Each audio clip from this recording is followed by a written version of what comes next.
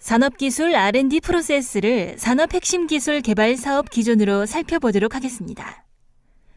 과제기획 단계에서는 기술 수요 조사에 따른 신규 과제 기획과 신규 과제 선정이 이루어집니다. R&D 수행 단계에서는 사업 공고에서부터 선정 평가를 통해 수행기관 선정, 과제 수행, 최종 평가 등이 이루어집니다. 과제 수행 과정에서 진도 점검 및 중간 평가가 실시됩니다. 성과 확산 단계에서는 기술료 및 성과 활용에 대한 보고서 제출이 이루어집니다. 보다 세부적으로 프로세스를 살펴보면 과제 기획 단계에서는 신규 과제 기획과 과제 선정이 이루어집니다. 과제 기획은 기술 수요 조사와 함께 신규 과제를 기획하고 선정하게 됩니다. 과제 선정은 신규 과제 관련 사업 공고를 30일 이상 하여 신청서를 제출받습니다. 제출된 신청서에 따라 품목 지정형 과제의 경우 개념 평가를 실시하며 서면 평가, 발표 평가 등 과제 수행 기관을 선정하기 위한 선정 평가를 실시합니다. 다음 R&D 수행 단계는 단계별 평가와 관리가 이루어지는 단계입니다. 과제 수행은 중간 평가와 최종 평가로 나누어 관리되며 중간 평가의 경우 제출된 중간 보고서를 바탕으로 계속 수행 여부를 결정하며 최종 평가에서는 기술 개발 종료 후 계획 대비 목표 달성 여부 등을 평가하게 됩니다. 마지막으로 성과 확산 단계입니다. 성과 확산은 과제 종료 후 5년간의 성과를 지속적으로 점검하는 성과 평가가 이루어지며 연구 성과에 대한 권리 및 활용의 대가로 기술료의 납부 여부를 관리합니다.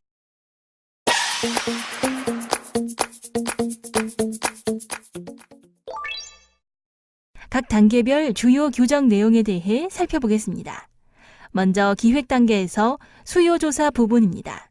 앞서 설명하였듯이 산업기술 R&D는 과제 기획, 과제 선정, 과제 수행, 성과 확산 단계별로 진행되는데 과제 기획 단계에서 수요 조사는 대형 선도 과제 발굴 및 중장기, 중대형 과제 발굴에 목적이 있습니다.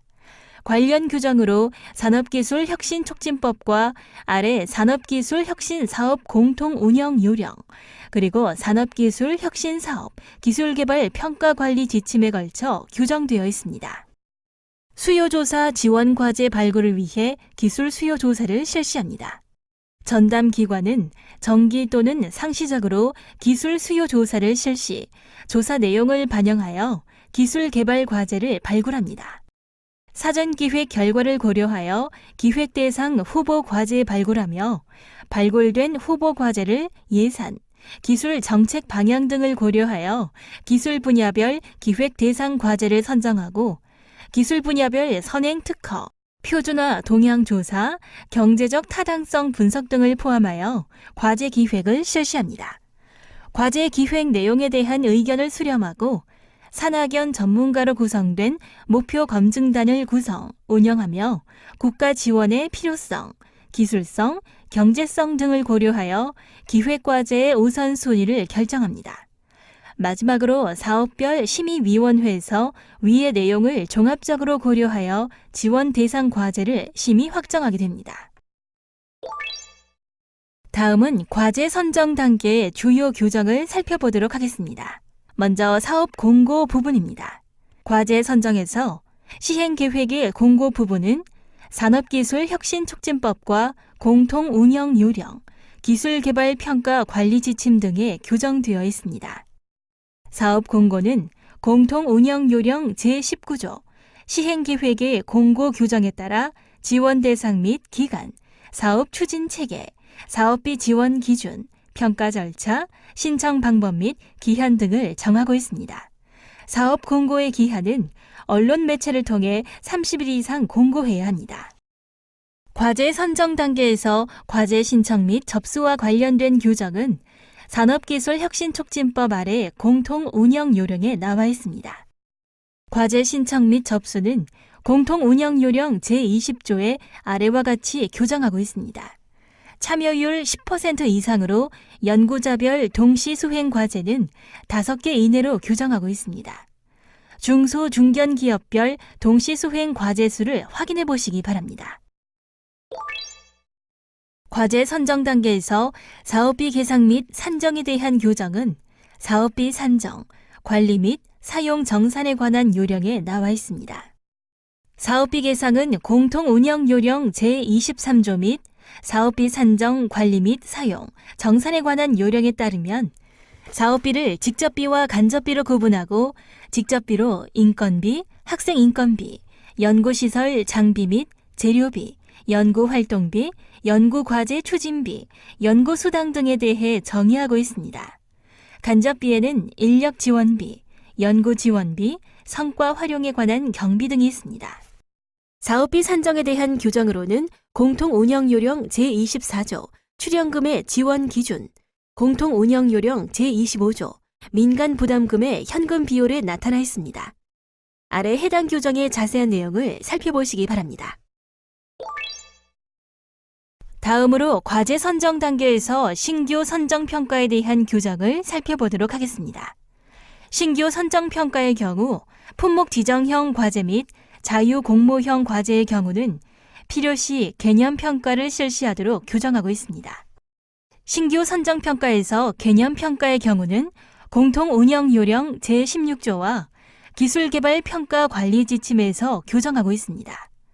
개념 평가는 핵심 아이디어를 위주로 사업 계획서를 작성하여 제출하는 것을 평가하는 것으로 선정 대상 과제의 3배수를 선정하게 되어 있습니다. 신규 선정 평가에서 본 평가의 경우 먼저 신청 자격 검토가 이루어집니다. 공고 내용과의 부합성, 기지원 과제와의 중복성, 참여 제한 여부, 성실 수행 과제 수 등을 검토합니다. 신규 평가는 수행 과제의 목표, 예상 성과, 수행 능력, 추진 방법 및 추진 체계와 수행 시설, 기간의 타당성, 사업 결과의 활용 가능성 등을 기준으로 평가가 이루어집니다.